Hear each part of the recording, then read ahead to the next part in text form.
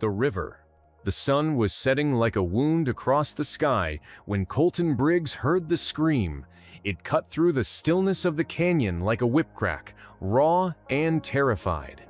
For a moment, he thought it was an animal, some coyote caught in a snare, but then it came again, and there was no mistaking it. Human, young, desperate. He kicked his horse hard and followed the sound, the thudding of hooves echoing off red rock walls. The storm the night before had turned the narrow river into a fast-moving torrent, swollen with mud and debris. As he rounded a bend, he saw her, a girl caught in the current, her arms flailing just above the surface, dragged under again and again. She couldn't have been more than 14. Her long black hair streamed behind her like smoke. Her dress, or what was left of it, clung to her limbs in tatters. A piece of driftwood struck her shoulder and spun her, and Colton didn't hesitate. He was out of the saddle and into the water before the thought even finished forming. The current was cold and cruel, yanking at his boots, pulling him off balance. He lunged for the girl, missed, lunged again. This time, he caught her arm, thin and burning with fever, and hauled her to him. Her eyes were wide and unfocused, lips blue, mouth moving with no sound. She was more unconscious than conscious, her body limp and heavy as he dragged her to the shallows. When he laid her on the muddy bank, she coughed up a lungful of water and rolled to her side, shaking. Her skin was darker than his, sun-kissed and painted with bruises. Not just from the river-old bruises. Hands had left those marks. He didn't need to ask to know what kind of hands. She was Apache. That realization landed like a gunshot in his chest. Not because he feared her, but because he knew what her presence here would mean. She shouldn't have been this far north, not alone, not alive. He carried her to his horse, wrapped her in his coat, and took her back to his ranch, a half-day ride from anywhere worth naming. The whole way, she didn't speak. Just shivered and stared straight ahead, eyes like wet obsidian, unblinking and unreadable. Colton had seen war. The real kind, cavalry campaigns out west. Burned villages, treaties broken before the ink dried. He'd seen Apache warriors paint themselves in ashes and charge into gunfire with no fear in their hearts. But he'd never seen one like her. So small, so broken. Back at the ranch, the housekeeper, Miss Lottie, took one look and made the sign of the cross. "Colton Briggs, what have you done?" I pulled her out of the river. She was drowning. "And now you've brought the war to our doorstep," Lottie hissed, already moving to fetch clean cloths and water. He didn't argue. She wasn't wrong. By morning, the girl had a name. Or at least the one she gave him. Naira. She spoke it soft and low, her voice rough as broken glass. He didn't press her for more. He recognized the look in her eyes, the kind that saw everything and trusted nothing. She wouldn't eat much, but she didn't flinch when he came near. That was something. Lottie argued they should take her to the nearest outpost, let the marshal figure it out. But Colton shook his head. If someone put her in that river, they'll be looking for a body. And if they don't find it... He didn't finish the thought. He didn't need to. That night, the wind shifted. Colton stood on his porch, chewing a strip of jerky, watching the stars go out one by one behind a low ridge of dust on the horizon. It was faint, but it was there. A long, crawling smear of smoke and motion. Riders. Not one or two. Hundreds. He counted until he lost count. No torches, no war cries, no sound but the wind. He slept in his boots, his rifle across his lap. By dawn, they were gone, vanished like ghosts, but the evidence remained. Hoofprints as wide as soup bowls crushed into the earth beyond the ridge, feathers tangled in his barbed wire fence, a stone arrowhead buried an inch deep in the wood of his barn door. A warning, or a promise. Naira stood on the porch barefoot, wrapped in one of Lottie's old quilts. She stared at the marks in the earth like she could read them. Maybe she could. Her face was pale beneath the bruises, but she didn't look afraid. She looked resigned. "Who are they?" Colton asked her. "My family," she said after a long pause. "They came for me." He watched her carefully. "Why didn't they take you?" She didn't answer, just turned and walked back inside. That day passed like a held breath. The ranch hands didn't show up for work. Mail didn't come. Even the dogs were quiet. It was as if the whole valley was waiting for something terrible. When the sun dipped low and the sky went the color of spilled blood, Colton heard the rumble again. This time, it didn't pass. They came in a wall horses packed shoulder to shoulder, their riders silent as shadows. All Apache. Painted faces, war shirts, rifles slung across their backs. They didn't charge. They didn't speak. They just stopped. 300 riders ringed Colton's ranch in perfect formation. A circle of silence. No banners. No demands. Just waiting. Colton stood on the porch, gun at his side, unsure what to do. A voice in the back of his head whispered, "This is the price of mercy." But when he looked back at Naira, he didn't regret it. He'd pulled a girl from a river. Now the river had come to take her back. And something told him it wasn't going to ask politely. Colton didn't move. The Apache didn't blink. The morning dragged out slow and heavy, the sun crawling up the sky like it was trying not to be noticed. Every breath on that ranch felt like it could be the one before a bullet. The circle of riders never broke. No one dismounted. No one spoke. Just 300 pairs of eyes, dark and unreadable, fixed on the house. Lottie stayed inside. She wasn't a coward, but she wasn't foolish either. Colton had tried to tell her not to look out the window. She did anyway, and the color drained from her face. "We're not walking out of this, Colton," she whispered, not without giving them what they came for. Colton said nothing. He didn't know what the right thing was anymore. Midday came, then passed. It wasn't until the sun hit the top of the barn that one of the riders finally moved. A tall man in a black and red shirt rode forward, slow and deliberate.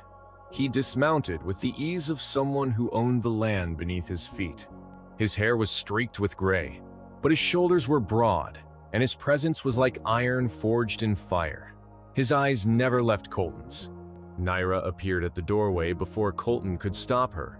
Barefoot again, silent again, like she'd been waiting for this moment all along. The man looked at her. His jaw twitched.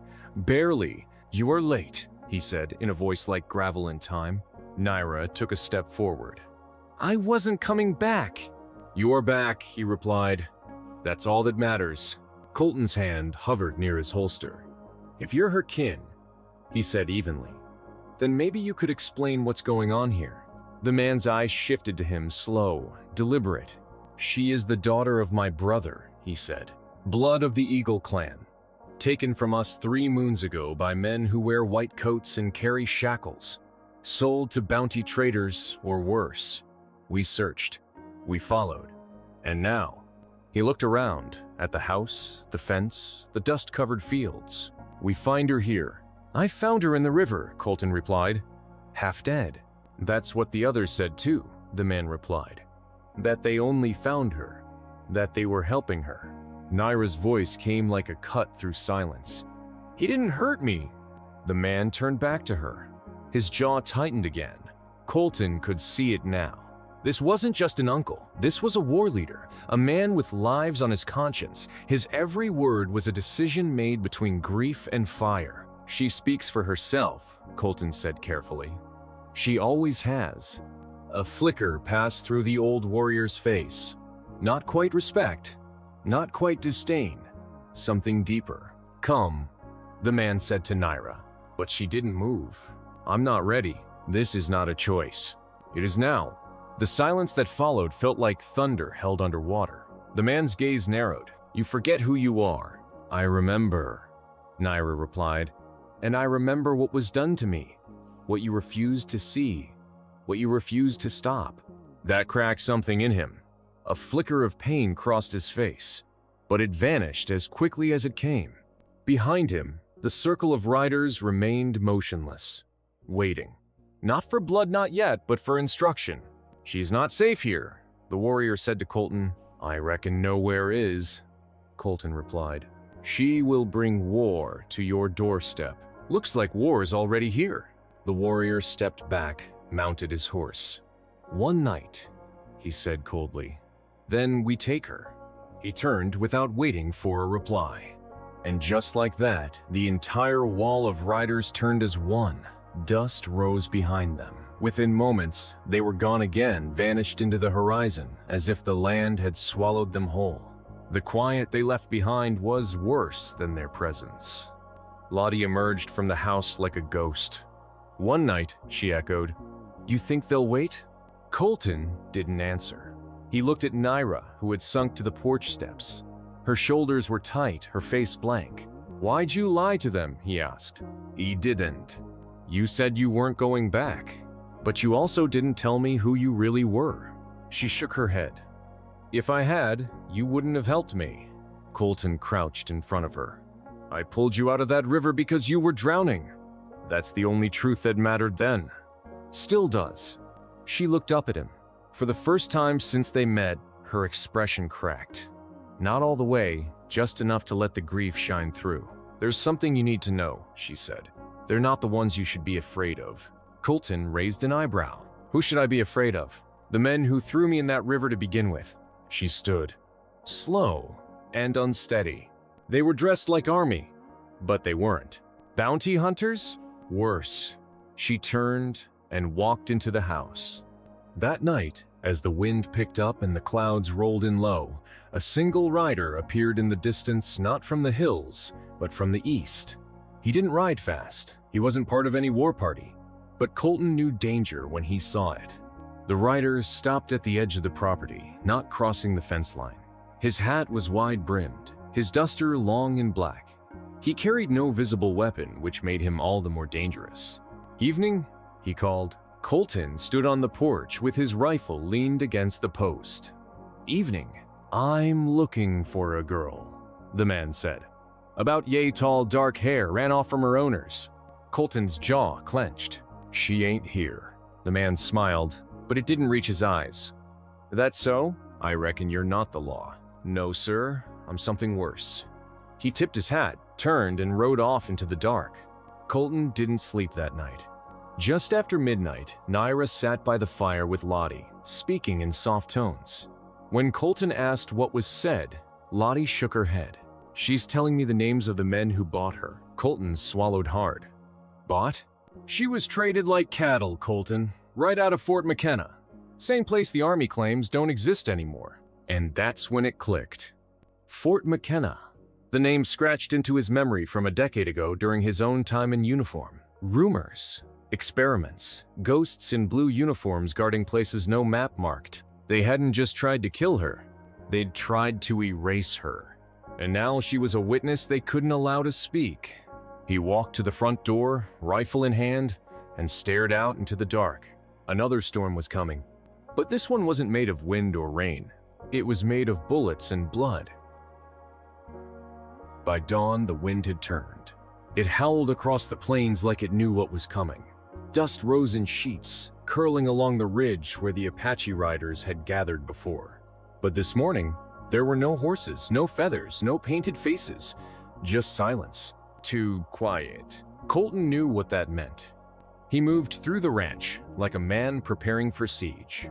Windows shuttered, rifles loaded. Lottie packed the essentials: water, bandages, and the silver cross she always wore around her neck, murmuring prayers in a language older than English. Naira stayed silent, watching from the shadows with those dark, unblinking eyes. She didn't ask what was happening. She already knew. Just after noon, a low thunder rolled in from the east. Not from the sky. From hooves. Engines.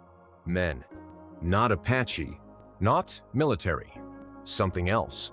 Colton stepped out onto the porch and saw them. Trucks. 6 of them. Covered in tarps, iron bumpers, and mounted repeaters. Riders on horseback flanked them, rough men in mismatched gear. Some wore old Union blue. Others bore prison tattoos, bullet belts, and scars that told stories no one would ever dare speak aloud. At the head of it all rode the man from the night before. The one with the dead eyes and the wide-brimmed hat. He looked like death on horseback. They didn't stop at the fence this time. They came through it. Fence posts cracked like matchsticks under the weight of tires and hooves. Dust choked the air. Chickens scattered. Colton stood his ground, shotgun in one hand, the other steady at his belt. From the truck, the man climbed down slow, deliberate, like he had all the time in the world. "You made a mistake, Cowboy," he said. Colton didn't flinch. "I've made a few. This one's gonna cost you." He stepped forward, his boots crunching dry earth. "The girl. You give her to us, that's all. No blood, no fire. We'll even patch your fence on the way out." "And if I say no?" The man grinned. "Then we burn your land down to ash and pull her bones out of it." From the doorway, Naira stepped out. She wasn't shaking. She wasn't afraid. "You think I'm scared of going back?" she said, her voice cold. "You already tried to drown me. You think death is new to me?" The man tilted his head. "You should be afraid. You know things you're not supposed to. Names, places, documents. You're scared," she said softly. "Because I got out." Colton raised his shotgun slightly. "She's under my roof. That makes her mine to protect. And if you want to go through me..." The man moved fast. Faster than Colton expected, but not faster than Naira. Before the stranger's hand could even reach for his weapon, she threw something. A flash of steel small, curved a bone knife Colton hadn't seen her carry. It embedded deep in the man's shoulder. He staggered. Cursing, gunfire erupted. Chows followed. Colton dropped 3 men before the 4th tackled him off the porch. Dust and fists flew. Lottie screamed from inside. The sound of glass breaking. Hooves thundered past the barn. And then, like the sky opening, came the war cry. It split the air with a force that stopped everything cold. From the hills came the Apache. Not 300. More. Hunnos more. Riders painted head to toe, streaming down the ridge like fire, like a storm with teeth. Spears glinting, arrows whistling, thunder and flesh. The invaders faltered. Some tried to run. Too late. The land rose up and devoured them. Colton struggled to his feet, bruised and bloody, just in time to see Naira lift a fallen revolver and level it at the man with the knife still in his shoulder. He'd fallen to one knee, blood pouring down his side, but his grin hadn't left. "You don't get it," he gasped. "Killing me changes nothing. There are more of us. Fort McKenna was just one piece. There are more. Girls like you. We sell them to men who shape the future." Naira looked at him, her hand steady. "Then maybe the future needs burning." She pulled the trigger. Colton flinched at the sound, not from the shot, but from what it meant. It wasn't just self-defense. It was justice. When the smoke cleared, the attackers were gone. The trucks burned where they stood. The ground was littered with bodies, horses, and shattered illusions. The Apaches stood silently now, many dismounting to tend to the wounded or collect their dead. The warrior from before Naira's uncle rode up to the porch, looking tired, older than he had hours ago. "She chose to stay," he said. Colton nodded. "She did. She is one of us," he said. Colton looked at Naira, who stood barefoot on scorched earth, her face blank but her eyes alive. She met his gaze, and for the first time since pulling her from that river, she smiled. Not big, but real. "She's also one of mine," Colton said. The warrior didn't argue. He just nodded and turned his horse. The Apache left as quickly as they came, like shadows drawn back into the land. By nightfall, the ranch was quiet again. Broken fence, burnt soil, but still standing. Lottie stitched Colton's shoulder. Naira slept on the porch, curled up in a wool blanket, her face turned to the stars. "I suppose we're family now," Lottie said, sipping from her flask. Colton didn't reply, but he watched the girl. And he knew she wasn't done yet. Not by a long shot. Some stories end with a final bullet. Others begin there. Naira's war wasn't over, not with Fort McKenna still buried, not with the names still breathing in dark corners of the country. She had blood debts to collect, truths to uncover, and girls still out there waiting for someone to come for them the way no one came for her. If you want to see what happens when the hunted becomes the hunter, if you believe some stories are worth following to the end, subscribe, turn on notifications, and saddle up, because next time, it won't be Colton saving her. It'll be Naira riding into the storm.